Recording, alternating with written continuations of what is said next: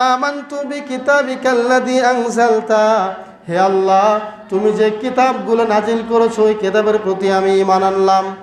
এরপরে ওয়া নাবিয়্যাকাল্লাযী আরসালতা, যত নবী আপনি দুনিয়াতে পাঠিয়েছেন সবার প্রতি আমি বিশ্বাস স্থাপন করলাম।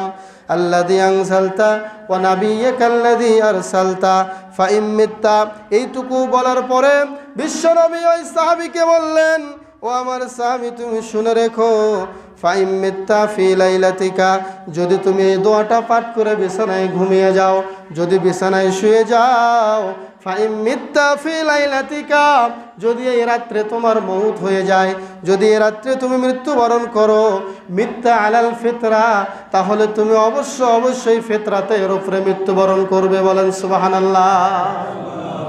তাহলে ফিতরাতের দ্বিতীয় অর্থ হলো অবশ্যই নিজের সব কিছু আল্লাহর কাছে সমর্পণ করে দেওয়ার নামই হচ্ছে